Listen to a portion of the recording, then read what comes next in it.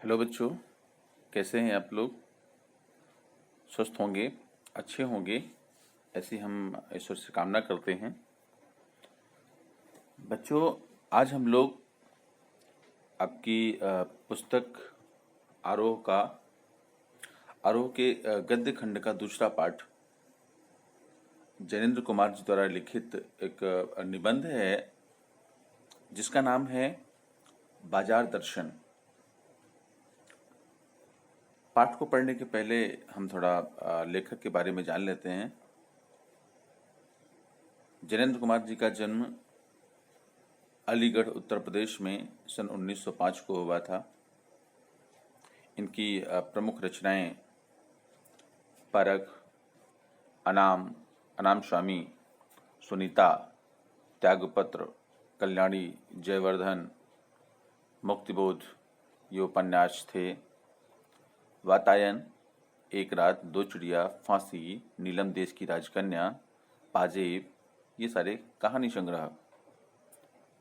प्रस्तुत प्रश्न, जड़ की बात, पूर्वोदय, साहित्यिक आश्रय और प्रिय, सोच विचार, समय और हम, ये विचार प्रधान निबंध संग्रह हैं। हम इन्हीं निबंध संग्रहों में से एक निबंध संग्रह इनका है, उस निबंध संग्रह से एक पाठ, एक भाग है जिस निबंध का नाम है बाजार दर्शन। उसको आज हम पढ़ेंगे।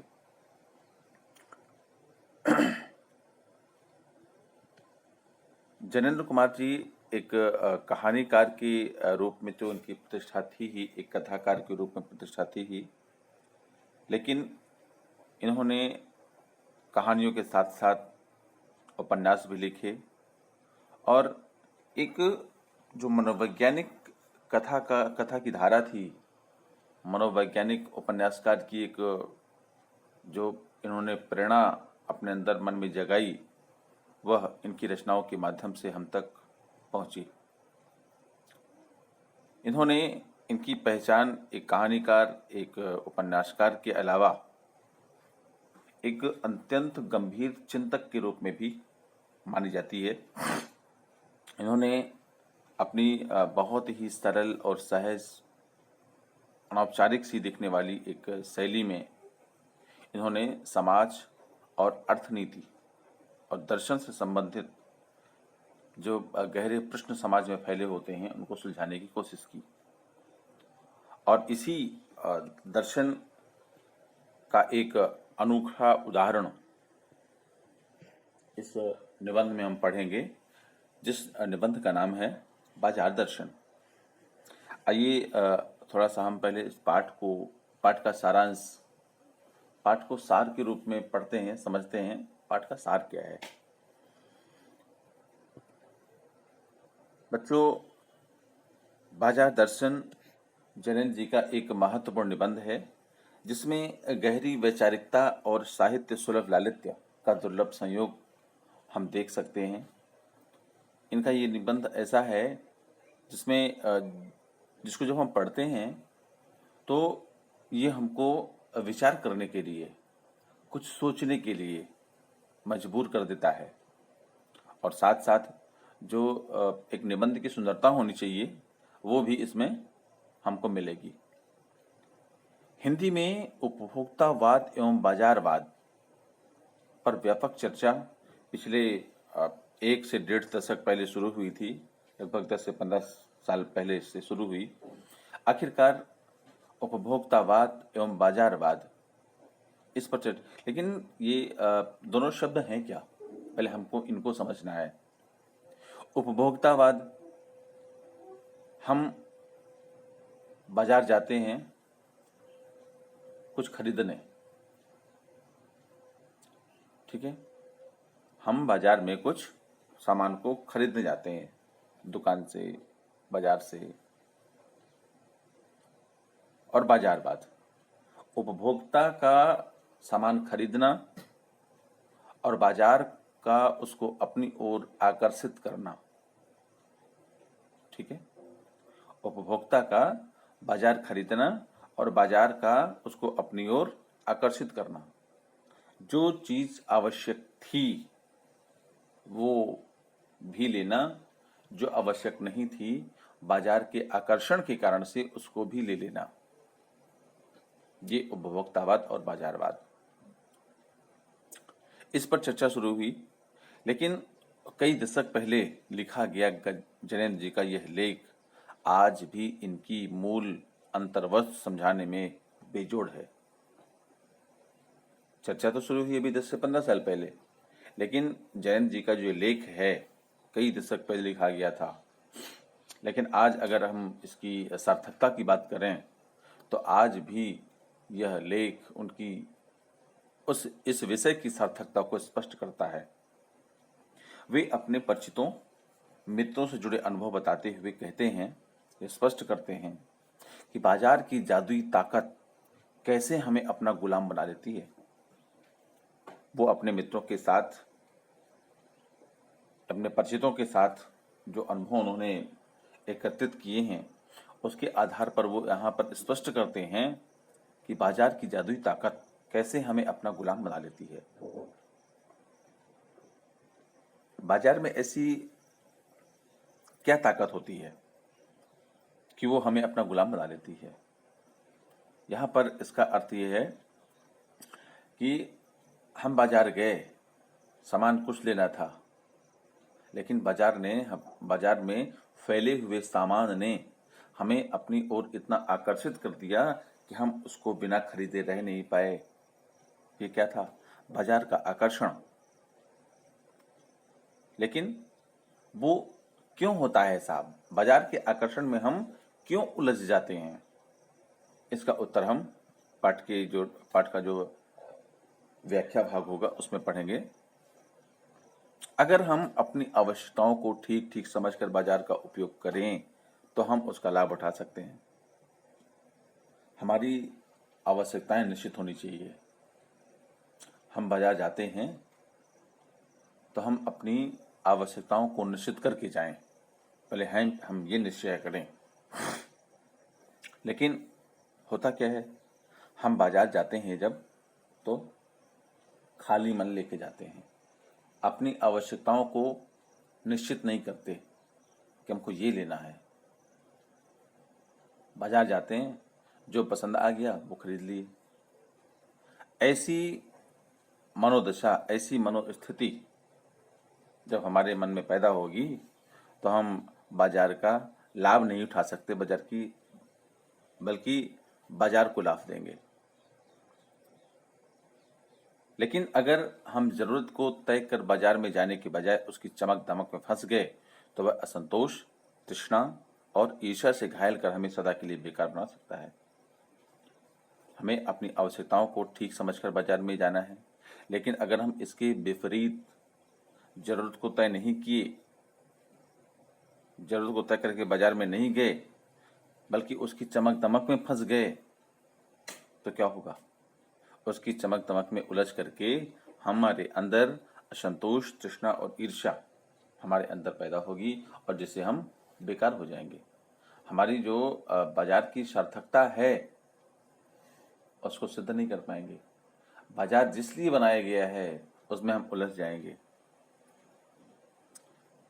इस मूल भाव को केंद्र में रखकर जैनेन्द्र कुमार जी ने भांति भांति से समझाने की कोशिश की, कहीं दार्शनिक अंदाज में तो कहीं कहानी कहने के अंदाज में।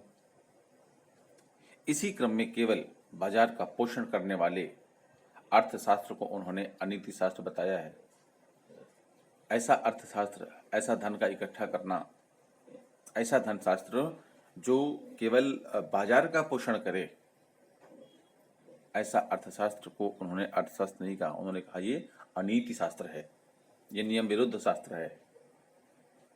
अर्थशास्त्र संपूर्ण समाज में जो अर्थ की नीति तय करता है, वो चाहे तो बाजार हो, व्यक्ति हो, कोई संस्थान हो, कोई भी अंग हो समाज का, उन सब के लिए वो बनाया गया है।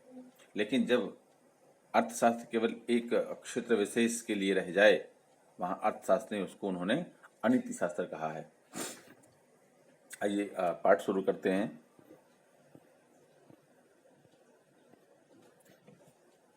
पाठ का नाम है बाजार दर्शन। लेखक इस निबंध में अपने आप को उपस्थित करते हुए इस निबंध का एक अपने आप को एक व्यक्तित्व पात्र मानते हुए कहानी शुरू करता है। लेखक कहते हैं, एक बार की बात बताता हूं आपको। वो बात है, एक मेरे मित्र थे। मित्र बाजार गए, कोई एक मामूली चीज लेने थे, कोई छोटी चीज, मान लो माचिस। मेरे मित्र बाजार गए, उनको एक छोटी सी माचिस खरीदनी थी। जब लौटे तो एकदम बहुत से बड़े बंडल उनके पास था, बहुत बड़ा सा बंडल उनके पास था। लेने क्या गए थे घर से बता करके, एक माचिस लेके आ रहा हूं मैं, 1 रुपए की, 2 रुपए की। लेकिन जब बाजार से लौट कर आए तो उनके पास एक बहुत बड़ा बंडल था। मैंने उनसे पूछा, ये क्या है भाई? आप लेने क्या गए थे? छोटी चीज लेने गए थे और ये क्या ले आए आप? बोले, मेरे मित्र ने कहा, यह जो साथ थी, साथ में उनकी अर्धांगिनी पत्नी थी। उनका उत्तर था, ये पत्नी जी साथ में थी तो मजबूरी थी, इन्होंने जो कहा वो खरीद लिया। उनका आशय था कि ये पत्नी की महिमा है, अगर ये पत्नी ना होती तो हम सिर्फ अपनी जरूरत का सामान लेकर के चले जाते। उस महिमा का मैं भी कायल हूं। आदिकाल से इस विषय में पति से पत्नी की ही प्रमुखता प्रमाणित है। कहने का तात्पर्य यह है कि अगर पत्नी साथ में है, परिवार साथ में है, तो उनकी जरूरतों का ध्यान रखते हुए हमें अपनी जेब से पैसे खर्च करने पड़ते हैं। हमारा सोचने का रवैया, हमारा सोचने का ढंग एक पक्षी हो सकता है, लेकिन उनका बहुपक्षीय होता है। घर की जो जरूरतें हैं उनके दिमाग में रहती हैं, इसलिए वो ज़्यादा कभी कभी खरीदारी कर सकती हैं। और यह व्यक्तित्व का प्रश्न नहीं है, स्त्रीत्व का प्रश्न है। यह एक पर्टिकुलर या महिला विशेष की बात नहीं लेखक कह रहा है, ये एक स्त्री का प्रश्न है, स्त्रीत्व का प्रश्न है। सारी स्त्रियां लगभग लेखक की नज़र में, लेखक के विचार में ऐसी होती हैं जो बाजार की सार्थकता को संपूर्ण करती हैं। स्त्री माया न जोड़े तो क्या मैं जोड़ूं? स्त्री को लक्ष्मी कहा गया, लक्ष्मी कहा जाता है, तो स्त्री माया नहीं जोड़ेगी। माया मतलब धन, पैसा नहीं जोड़ेगी तो क्या हम जोड़ेंगे? नहीं। फिर भी सच सच है, और वह यह है कि इस बात में पत्नी की ओट ली जाती है। सामान हम खरीदें या अर्धांगिनी खरीदे, सामान कोई आए, कुछ भी न आए, तो सारा दोष पत्नी पर मढ़ दिया जाता है। तुम थी तो खरीद लाई, तुम ना होती तो हम छोटा सामान लेके चले जाते। उसका आश्रय लिया जाता है अपने दोषों को छुपाने के लिए। मूल में एक और तत्व की महिमा सविशेष है, वह तत्व है मनी बैग। भाई आप कितने खर्चीले हैं, पत्नी कितनी खर्चीली है, बच्चे कितने खर्चीले हैं, ये तो अलग बात हो गई। लेकिन इन सब के मूल में क्या है?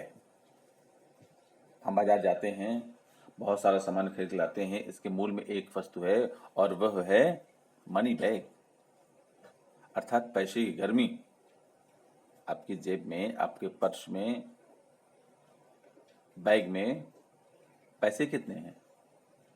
अगर आपकी जेब में पैसे हैं तो बाजार को आप सार्थक करेंगे। बाजार आपके लिए तुच्छ वस्तु है, आप उसको खरीदते ही रहेंगे। पैसा पावर है, पर उसके सबूत में आसपास माल टाल न जमा हो तो क्या वह खाक पावर है? आपके पास पैसा तो है, पैसे की पावर भी है, बहुत सारा पैसा है, लेकिन उस पैसे को खर्चने के लिए, उस पैसे को खर्च करने के लिए आसपास कोई माल ना हो, बाजार ना हो, तो वह खाक पावर है। पावर कैसे पता चलेगी? जब हम उस पैसे से कुछ खरीदें, तब उसकी तो पावर है, नहीं तो खाली है। पैसे को देखने के लिए बैंक बेहिसाब देखिए। पैसे को देखना है अगर, तो बैंक में जाइए, हिसाब देख लीजिए, अपनी पासबुक में एंट्री करवा लीजिए, कितना पैसा हमारे अकाउंट में है, जोड़ लीजिए सारा, लाखों में होगा। पर माल असबाब मकान कोठी तो अनदेखे भी दिखते हैं। पैसे देखना है तो बैंक जाना पड़ेगा, ठीक है। लेकिन अन्य सामान देखने हैं, मकान कोठी, ये तो भी पैसे हैं, लेकिन अनदिखे हैं। धन है, अनदेखा धन है। इनको हम देखते हैं, लेकिन मकान के रूप में ये भी धन है। पैसे की उस परचेजिंग पावर के प्रयोग में ही पावर का रस है। अगर हमारे पास पैसे हैं और हमारे अंदर परचेजिंग पावर है,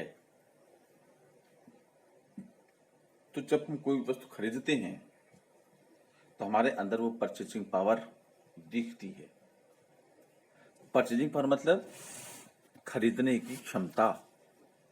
कुछ लोग होते हैं, पैसे तो हैं, लेकिन वो खरीदते नहीं है कुछ भी। क्यों नहीं खरीदते? खरीदने का पावर नहीं है, खरीदने का कुव्वत नहीं है। पैसे अगर हैं तो वही तो रस है खरीदने में, उसी में तो रस है। लेकिन नहीं, लोग संयमी भी होते हैं। वे फजूल सामान को फिजूल समझते हैं, वे पैसा बहाते नहीं हैं और बुद्धिमान होते हैं। कुछ लोग होते हैं, वो बाजार के दिखावे में नहीं आते। वो क्या करते हैं? संयमी होते हैं। वो बाजार जाते हैं तो संयम दिखाते हैं। वे फिजूल सामान को फिजूल समझते हैं, वे पैसा बहाते नहीं हैं, बुद्धिमान होते हैं। जो सामान लेने वो लोग जाते हैं, संयम के साथ जाते हैं। बाजार अपनी ओर उनको आकर्षित करता है, लेकिन उसकी ओर वो आकर्षित नहीं होते हैं। जो सामान उनको चाहिए होता है वो सामान खरीदते हैं और वापस आ जाते हैं। ऐसे लोग बुद्धिमान होते हैं, वो पैसों को बहाते नहीं हैं। बुद्धि और संयम पूर्वक वह पैसों को जोड़ते जाते हैं, जोड़ते जाते हैं। जो सामान खरीदना है खरीदा, बाकी पैसा जोड़ लिया। वो पैसे की पावर को इतना निश्चय समझते हैं कि उनके प्रयोग की परीक्षा उन्हें दरकार नहीं है। वो पैसे की पावर को समझते हैं। पैसे की पावर क्या है, पैसे की क्षमता क्या है, हमें पता है ना। हमें किसी को वो पैसे की पावर को, पैसे की क्षमता को टेस्ट करने के आदि नहीं होते कि देखो पता करें इसमें पैसा में पावर है कि नहीं है। उनको उसकी परीक्षा लेने की आवश्यकता नहीं होती, उनको पता है। बस खुद पैसे के जुड़ा होने पर उनका मन गर्व से भरा फूला रहता है। जब उनके पास पैसा आ जाता है तो उनका मन, उनकी आत्मा, उनका हृदय, सब कुछ गर्व से फूला रहता है। मेरे पास इतने सारे पैसे हैं। आते हैं फिर उसी अपने मित्र के पास। मैंने कहा, ये कितना सामान ले आए? मित्र ने सामने मनी बैग फैला दिया। मित्र के पास जो पर्स था, उसका बैग था जिसमें पैसे रखता था, वो उसने फैला दिया। बोले, कहा, देखिए सब उड़ गया, अब जो रेल टिकट के लिए भी बचा हो। जितना पैसा मेरे पास था सारा कुछ उड़ गया। अब क्या पता, ट्रेन से मैं घर जाना है मुझको, तो क्या ट्रेन के लिए पैसे बचे हैं कि नहीं, अब देखना पड़ेगा मुझको। मैंने तब तय माना कि और पैसा होता तो और सामान आता। अब मुझे लगा कि जब ये कंडीशन, ये स्थिति हो सकती है कि बैग पूरा खाली हो गया, इसका मतलब ये कि अगर पैसा बैग में और होता तो और सामान खरीदा जाता। वह सामान जरूरत की तरफ देखकर नहीं आया, अपनी परचेजिंग पावर के अनुपात में आया है। हम बाजार जाते हैं तो बाजार हमको कभी कभी अपनी ओर लुभावने ऑफर्स के द्वारा हमें अपनी ओर आकर्षित करता है। जैसे कि बाजार गए, मॉल्स गए, उन मॉल्स में एक टैगलाइन लिखी होती है, ऑफर लिखा होता है, और वो कहते हैं 4,000 की शॉपिंग करिए और 2,000 रुपये पेमेंट करिए, 50% ऑफ।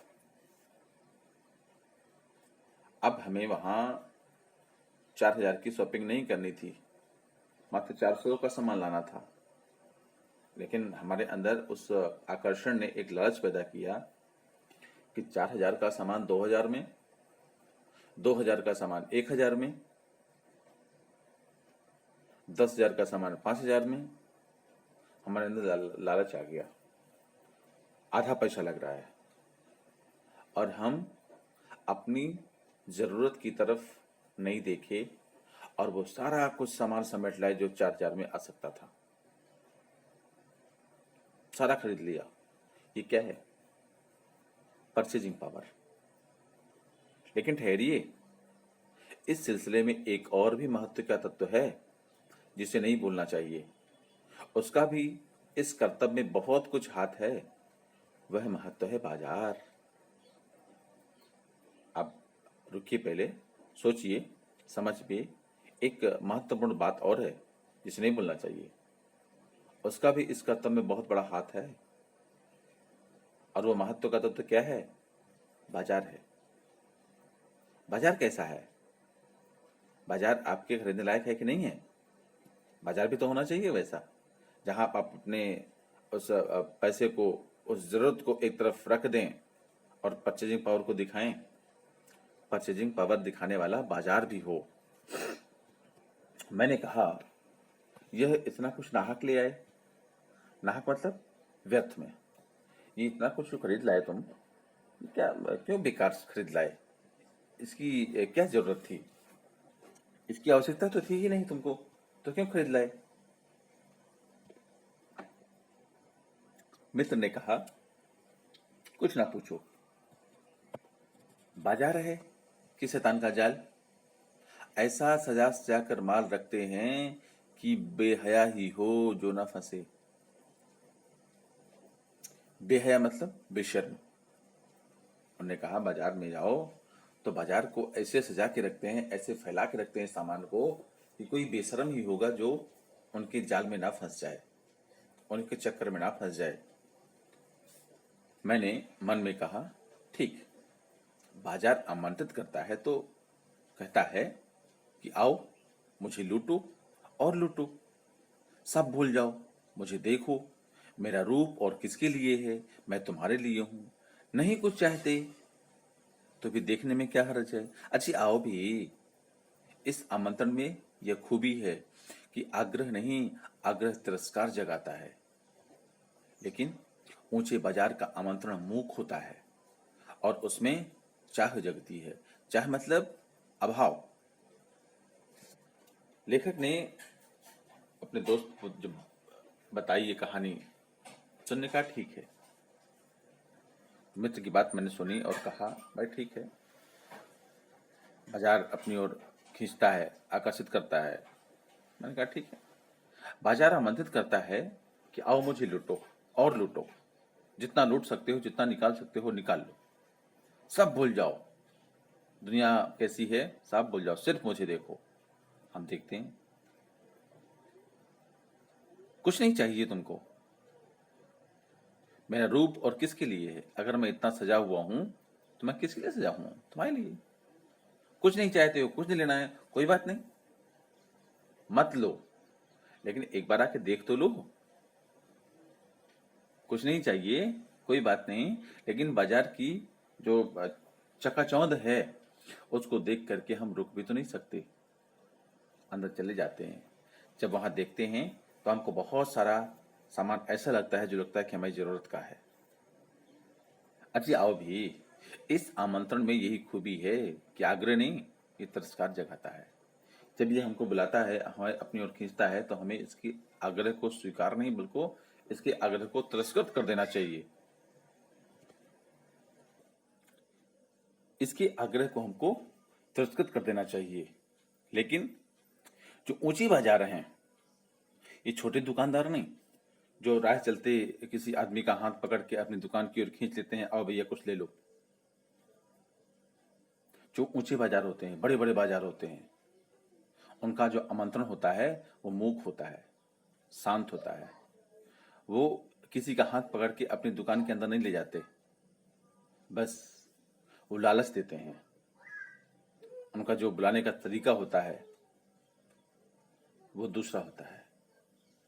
अभी मैंने बताया ना, दुकान के बाहर एक लिख दिया, मॉल के बाहर लिख दिया गया, 4,000 का सामान खरीदी, 2,000 रुपये दीजिए, 50% डिस्काउंट, 40% डिस्काउंट,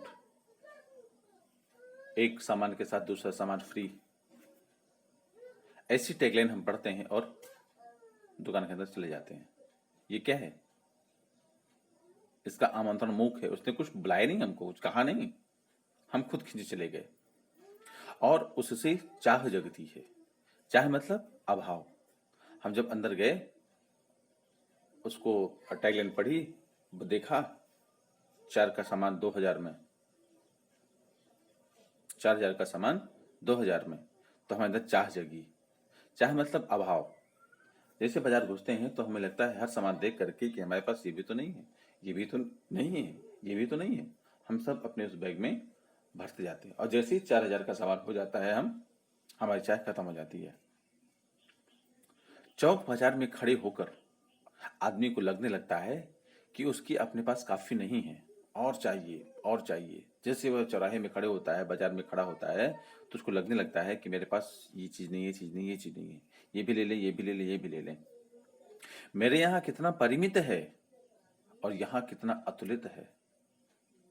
परिमित मतलब थोड़ा सा है, एक परिमाप के अंदर है। जितनी आवश्यकता थी उतना मैं लेकर आया था, लेकिन यहाँ देखो कितना अतुलित है। यहाँ तो इतना सारा रखा हुआ सामान, क्या क्या ले क्या क्या ना ले, कुछ समझ नहीं आता है। ओ, कोई अपने को न जाने तो बाजार का यह चौक उसे कामना से विकल ना छोड़े। कोई अपने आप को ना पहचान पाए, कोई अपने आप को ना जान पाए, तो ये जो बाजार है कामना से यानी इच्छा से उसको पागल बनाए बिना नहीं छोड़े। उसकी इच्छाएं इतनी प्रबल हो जाएं कि या तो वह खरीदे, नहीं खरीद सके तो पागल हो जाए। विकल क्यों? सिर्फ विकल ही नहीं, बिल्कुल बिल्कुल पागल। असंतोष, तृष्णा और ईर्ष्या, इन सब से घायल होकर मनुष्य को सदा के लिए यह बेकार बना डाल सकता है। अगर इच्छाओं पर आपका अंकुश नहीं है, तो ये जो निरंकुश व्यक्ति है, निरंकुश मन है, निरंकुश हमारी इच्छाएं हैं, उनके अंदर असंतोष, तृष्णा और ईर्ष्या, इन सब के कारण मनुष्य घायल होकर सदा के लिए बेकार बन सकता है। कि उनकी जो इच्छाएं हैं, वो तृष्णाएं हैं, असंतोष हैं, ईर्ष्या हैं, वो दूसरा रूप धारण कर लेंगी और वो आदमी को बिल्कुल बेकार बना सकती हैं। बच्चों, आगे का जो हिस्सा है, शेष भाग, उसको हम अगली क्लास में पढ़ेंगे। आज के लिए इतना ही। उनको आप समझने की कोशिश करिएगा, पढ़ने की कोशिश करिएगा। जहाँ समस्या हो आप मुझको सूचित करिएगा। हम आपके सारे जो डाउट्स हैं, जो प्रश्न हैं, उनको हल करने की कोशिश करेंगे। Thank you.